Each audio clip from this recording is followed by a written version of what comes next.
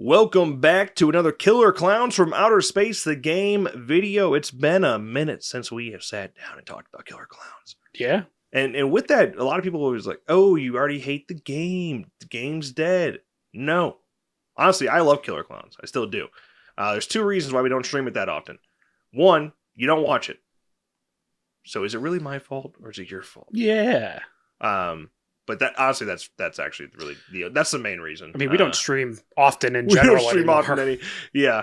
It really actually depends who we're playing. Like, if Dan wants to jump on, for sure, we'll jump into Klowns. But yeah, just depends. But looking to stream Klowns more, as well as our 13. 13 will be more in the mix. But now, after the patch that just came out, probably when you watch this, it would be yesterday. Mm-hmm. It came out on Thursday, the 26th. Same day as the Rush Week update, the Content Pass Rush Week update for TCM. And Multiverses update. And Multiverse. So who won the update day? Probably Multiverses. Oh, really? What all came out of Multiverses? I don't know. That's the most important part of this video. I think just balancing. Oh, so it lost then, you would think. I don't know. Because their balancing Powerpuff Girls. But yeah, Killer Klowns, brand new patch 1.5. We're there. They did a stream breaking down this patch the other day, and it already was exciting enough. I mean, they had new mini games, which was cool. They revealed a new emote, and we'll talk about that in a second. But then today, this morning, there was like, oh, by the way, big reveal, Elvira and Tom Savini have their own characters coming to the game. When it was announced, I was like, oh, well, first of all, I don't know, the flexibility, the freedom, to do something like that, to have Tom Savini as himself. It's literally Tom Savini and Elvira, and getting Cassandra Peterson in there to play herself. Voice lines. And Tom Savini doing voice lines. It's so cool. But to do that and put it into the world of Killer Klowns. Yeah. That's the kind of thing that these other games are missing out on. I'd love to see more of that. It's kind of how like Bruce Campbell being in Dead by Daylight. It's just like, you're seeing that character again for the first time in ages. And Killer Klowns allows a lot more silliness, obviously. Yeah. And freedom to do that. I mean, Tom Savini, I could see Tom Savini joining the world of Killer Klowns. But Elvira, never in a million years did I think we would be seeing Elvira in one of these games, let alone Killer Klowns. Yeah. But it works. It works. It's super cool, and I'm glad they're willing to do it. I'm glad the Kyoto brothers were okay with it. I'm glad that Tom Savini and Cassandra Peterson were okay with doing it. It's just it's a great collaboration. I love it. Yeah, they announced that, and then everyone's like, "Oh, cool! So is it coming with the next patch or whatever?" And then they posted patches live. Yeah, they do things differently over there at Elphonic, and I don't know if it's really better. Because you're not getting to market it as much and build up to it. But at the same time, you're like, hey, available now. Like, to drop something and be like, available now. It's, I don't know. People jump back. It worked for us, right? All of us, we walk away from TCM in the middle of a big Rush Week update. Right? Biggest update they've had in 6+ months. And you walk away from it because you're that excited to try out Elvira and Tom Savini. And Tom Savini, it is himself, right? He's not playing a character he's played in the past, but it is very, Dusk Till Dawn. Savini, oh yeah, very much so. He's shredded as he is. Yeah, he looks great. I've already gotten to play as him a little bit. I'm actually pretty surprised by his voice lines. I think he did a good job. Yeah. So that's really cool. No like special abilities with these characters. At the end of the day, they are just skins, but that's kind of how Killer Klowns works, and I do prefer that because the archetypes. If you were to expand on them further, you start to get into a pretty deep meta game that breaks the balance. And Killer Klowns, there's one thing you can really critique it for, is trying to figure out the balance. Still some bullying of the clowns and things like that. But it's come a long ways already, and it's just going to keep getting better. Yeah. But so let's go through all the patch notes. First of all, Elvira, like I already said, played as her. She looks great. If you're wondering, her breastises have jiggle physics. They do. I was not expecting that. It caught me off guard when just switching through the menus, and I'm like, oh. So yeah, Elvira in the game. She's great. Voice lines are great. The Mistress of the Dark is ready to grab a tool and start knocking some clowns' blocks off. You can be playing as Elvira and Killer Klowns from Outer Space, the game right now. I will. By the way, in terms of price, she's 400 tickets, which 400 tickets is the equivalent of $8. Yep. Technically. So, just so you know. Tom Savini as well, looking better than ever. Great voice, and like I said, he's here and ready to splatter some killer clowns, play as this icon of horror today, right now. He's also 400 tickets, so you basically get both of them and a clown skin or something like that for $20. Yeah. Which I don't know. Take that how you will. The prices are so hard to judge now because everybody's gone up. I will say, if I'm going to spend that much on what is just a skin, it being two icons, yes, works a little bit better. Exactly. The clown skin prices for the infernal clowns or whatever, in my opinion, little steep. Yeah, a little steep. But I would definitely would pay that much for Tom Savini, Elvira, the licensed characters you got, Mike and Debbie. Yep. I'm all. I don't think those are high, but yeah, the clown ones are for sure. I think those are a little steep because they were running at $7, which now that's changed a little bit. We'll talk about that in a second. But new emote as well with this patch. They're calling it Unforgettable Moves. Okay, if you see it and you played F13 before, you'll recognize you might get some PTSD. Yeah, the PTSD meme where he's just it hit me immediately. I saw it. I'm like, oh my god! It's like having. You get knocked down by a baseball bat from Chad, and he's just dancing on you right there. So that emote is now in the game. What's actually kind of fun about it is the time that this emote's premiering is also with Elvira and Tom Savini, who also can use the emote. And something about, especially Tom Savini, doing that emote is just nonsense. I love it so much. This game is bonkers. It knows what it is, and I love that. I wish there'd be like an emote where he ripped off his shirt like Shaggy does in Multiverses. Like something where we see Tom Savini's abs, because to this day, I think he's 74 now. Time flies. He still has abs. The dude's still pretty shredded. Every year he posts a picture on his birthday, shirtless with cake. Yeah, love it. Good for him. Okay, next on this update, 3 new Hand of Fate and mini games. Those are the mini games you play when you're dead to get items to either keep for yourself if you want to come back, if you do come back, or to give to your teammates, help them out. All 3 of them, I actually like all of them. There's a couple in the base game, the normal mini games we already have, I don't like. Yeah, even like day 1 we were playing, and after the first, couple times you do it, you're like, Yeah, like I hate Repeat the Beat. I stand on that hill. It sucks. Yeah. But Whack-A-Clown's great. Big fan. I like shooting hoops as well. But these 3 new games, you got Out of Shape, where you rotate puzzle pieces into place in an unscrambling game. You got Lucky Duck, where you pay attention as you will need to match pairs of numbers in a memory game. And then Spray in Play, which essentially all you do is you rapid fire, and then you shoot a boat forward, and you're racing another boat. Yeah, it's fun. It's interesting because they added the 3 games, and you have the match game, which is kind of hard in a way. It takes the most amount of time. Sure. You have the shapes game, which is honestly the easiest of the 3, and then the what is the duck one called officially? Lucky Duck. Yeah, that one is kind of medium because you got to pump it and then you have to spray. You can't just pump a bunch and then spray it and it'll send the boat forward. You have to pump a couple. Just to clarify, that's Spray and Play. Spray and Play. Lucky Duck's a memory. Yeah. But yeah, interesting. We kind of got an easy, a medium, and a hard one in there. Yeah, and it's not like they're all fun. It's like you're having a blast playing them. Yeah. I mean, they're all right. It's nice to be able to do something when spectating. That's where Killer Klowns is different than other ASIM games. Right. But I think I prefer so far all 3 of those over what we have, except for Whack-A-Clown wins, man. It's the best. Yeah. You're engaged the whole time, hitting clowns in the head.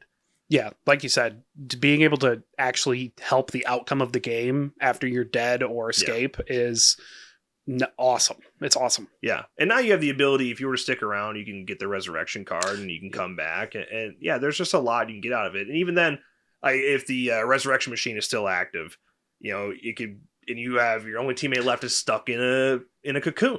And then you could help them, get them a knife, and they could go and help you. It's a really cool way to just spice up gameplay in one of these. So I'm all for that. That was a great decision by Alphonic. I'm curious how because it's good. People are gonna take that idea and run with it.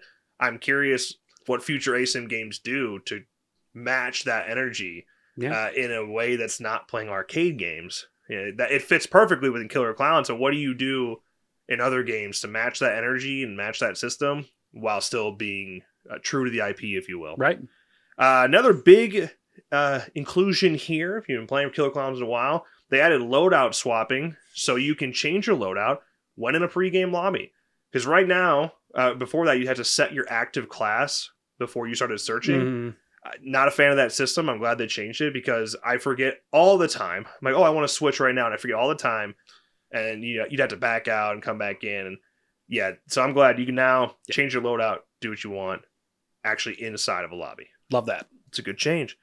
And the big one here, they have a new in-game store. DLCs are now conveniently located and purchasable in-game using tickets. You can now navigate to the store straight from the main menu. Yeah. And tickets, it's just like any other in-game currency. You've seen it with Fortnite and V-Bucks. You still are purchasing them. There's not a way to earn these tickets for free yet. That might change in the future. But right now, you purchase the tickets. It's $20 for 1,000 tickets. And then, like I said, it was $400 for the characters, and it was like $200 for some of the clown skins, or 200 tickets for some of the clown skins. Yeah, the more you buy in bulk, the more extra tickets you get. Right. It would be an interesting choice if they never include a way to earn those tickets for free. Interesting choice to change the way your DLC system works, just because. Yeah, I mean, this system has been, honestly, it's kind of a marketing ploy. Yeah. So what I will say about this store, before I talk about the marketing ploy about it, the in-game store is great. It's super convenient. It's laid out perfectly. You can tell exactly what you own very quickly. It's a nice spread. So I really like the in-game store. It's super convenient. I hate going into the PlayStation store and looking for add-ons, and it's whack. So I really do like an in-game store. I think every game should have one. But in terms of like buying tickets, and that's your only currency you can use, because what it does is it makes you forget how expensive some of the things you're buying. Right. This time around with Elvira and Tom Savini, I don't care.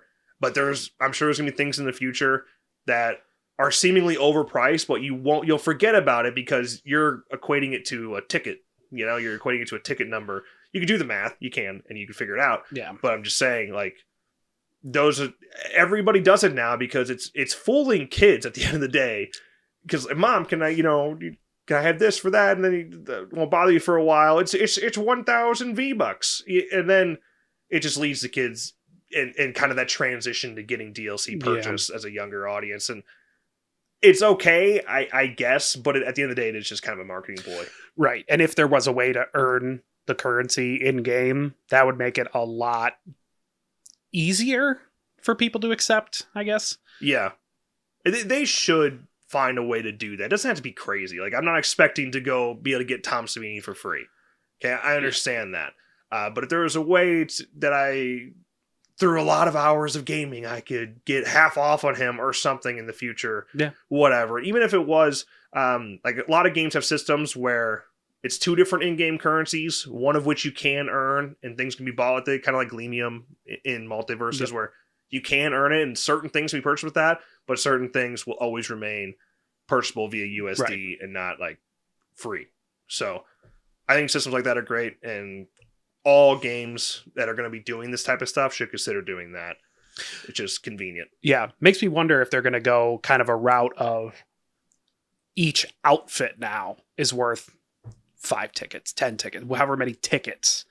Instead of selling these bundles, maybe they just are going to just throw a bunch of cosmetics into the game in the store. That'd be cool. And you can buy your tickets, or even if they are cheap enough, you can earn the tickets so you get that outfit for free. That'd be cool.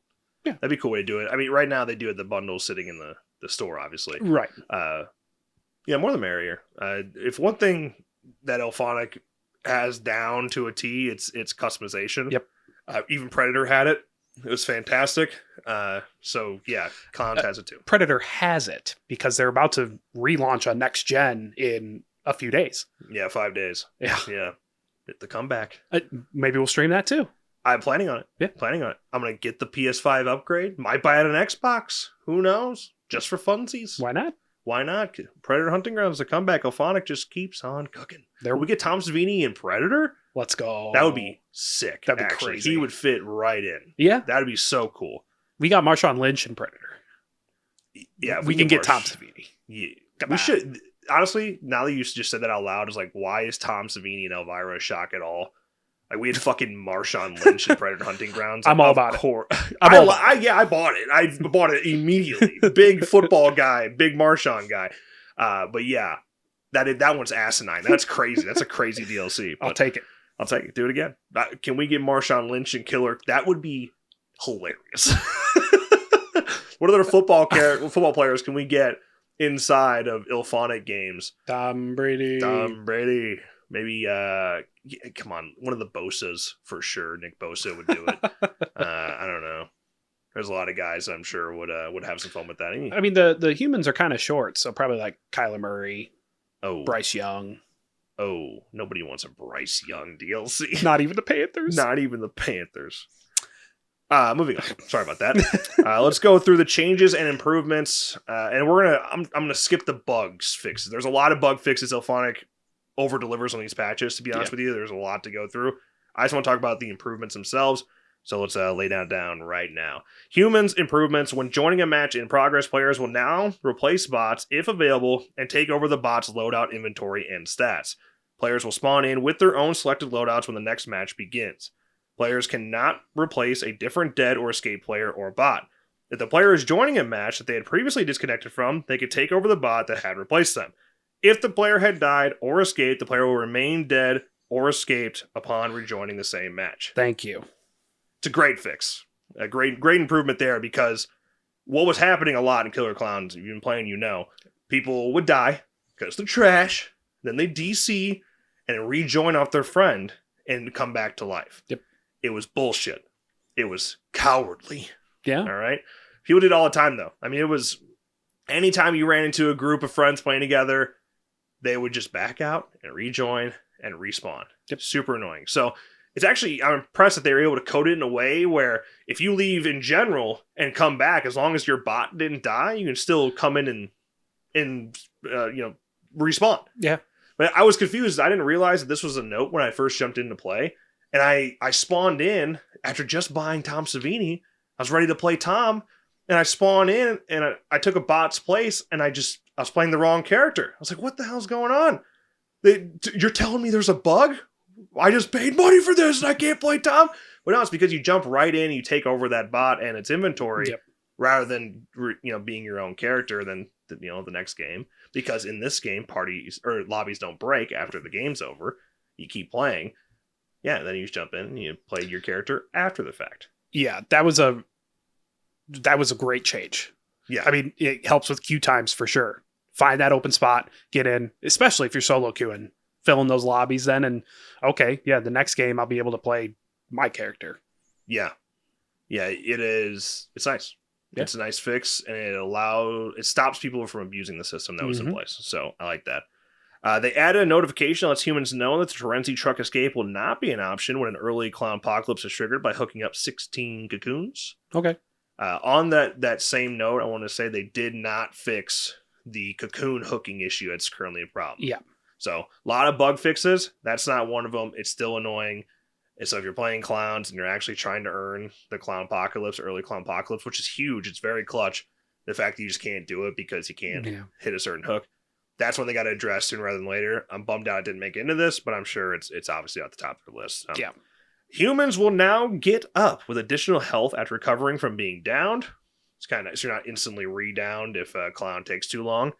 Added impact effects for human weapons when hitting environmental objects.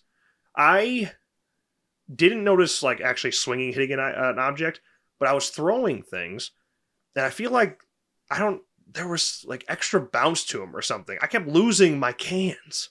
I would always throw my energy drinks at lackeys. So I was trying to do that and they just kept vanishing. So I don't know if that was just a straight up bug or it was a result of it reacting to the environment more and just breaking. Bouncing further, breaking or bouncing further away than I'm used to. I don't know what was happening there, but so there's that. And then there's also a couple clown improvements here. Clowntalities now unlock after the first 3 minutes of the match. However, you can reduce that time by hooking up cocoons. That'll help slow the game down, the start of the game down a little bit.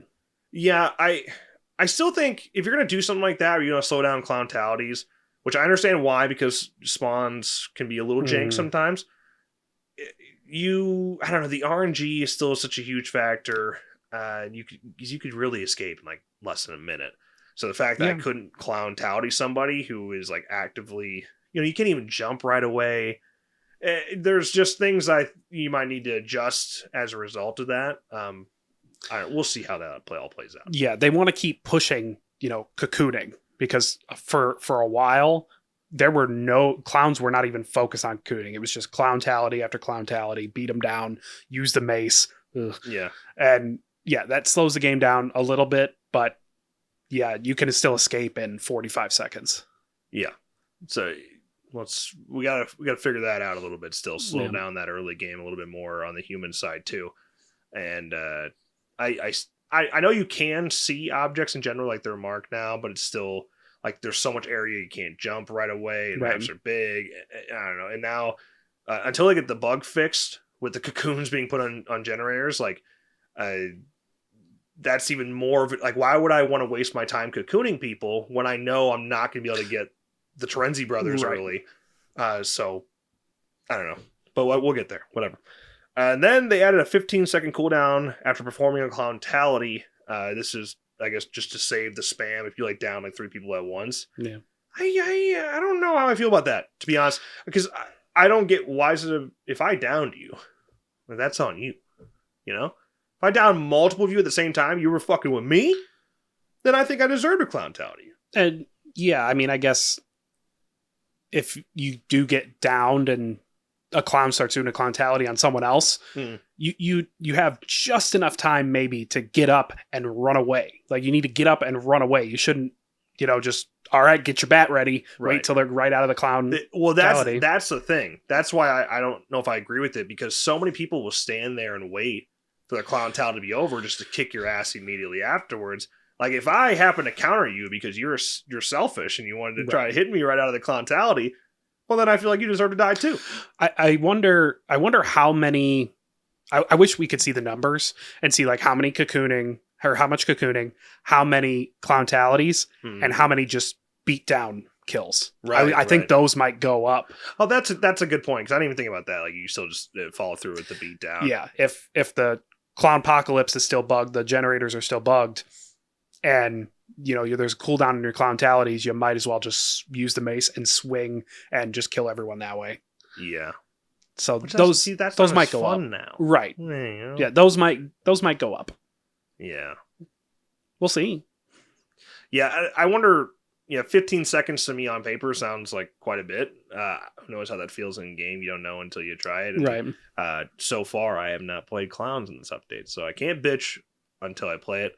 But yeah, the fixes and new content over in Killer Klowns, I still think I still have some things that I'd love to see change. I think the clown respawn time still it's just too long. And you cut it down by probably like 15 seconds.